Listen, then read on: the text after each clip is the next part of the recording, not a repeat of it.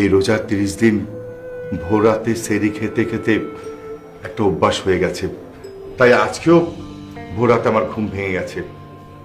জানো বৌমা, সেরি খাওয়া, ইফতার খাওয়া, এটা না এখন আমার কাছে খুব আনন্দের একটা বিষয় হয়ে গেছে।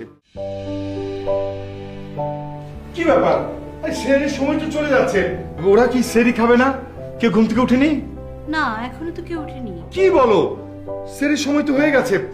শাহাদাত, বৌমা, আনিস, বৌমা, তাড়াতাড়ি উঠায়, আরে সেরির সময় হয়ে গেছে।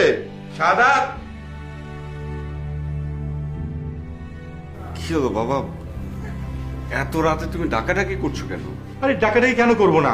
কয়টা বাজে দেখ, 3:10 বাজে। সেরি খেতে হবে না? সময় তো প্রায় শেষ হয়ে গেল।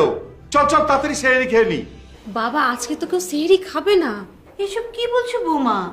কেন সেহরি খাবো না? কাল থেকে কি তোমরা কেউ রোজা রাখবে না? বাবা, মা আপনারা কি ভুলে গেছেন? আজকে 30 রোজা শেষ হয়ে গেছে। আমরা সন্ধ্যায় চাঁদ দেখলাম না ঈদের। কালকে সকালে তো ঈদ। ও তাই তো, আমি তো ভুলেই গেছিলাম।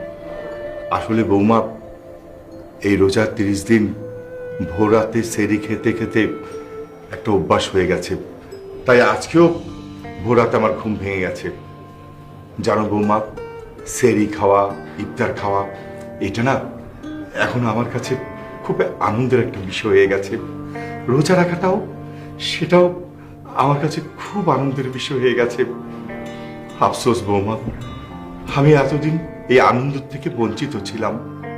কিন্তু বৌমা, আমি তোমাকে কথা দিচ্ছি, আমি যতদিন বাঁচব জীবনে আরেকটি রোজাও ইনশাল্লাহ ভাঙবো না।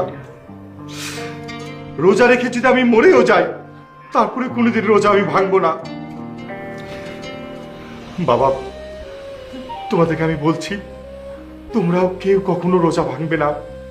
তোমরা যখন বাবা হবে, মা হবে, তখন তোমাদের সন্তানকে তোমরা নামাজের শিক্ষা দিবে, রোজা রাখার শিক্ষা দিবে। জি বাবা, অবশ্যই। রোজার মাসটা দেখতে দেখতে কেমনে যে চলে গেল, টেরও পেলাম না। জানি না আগামী বছর এই রোজাতে বেঁচে থাকবো কিনা। হে খোদা দয়াময়, তুমি দয়ার মালিক। এই রমজানের উসিলায় তুমি আমার বাবা মাকে, সমস্ত কবরবাসী নরনারীকে জান্নাত নসিব করো। আমিন। আমিন।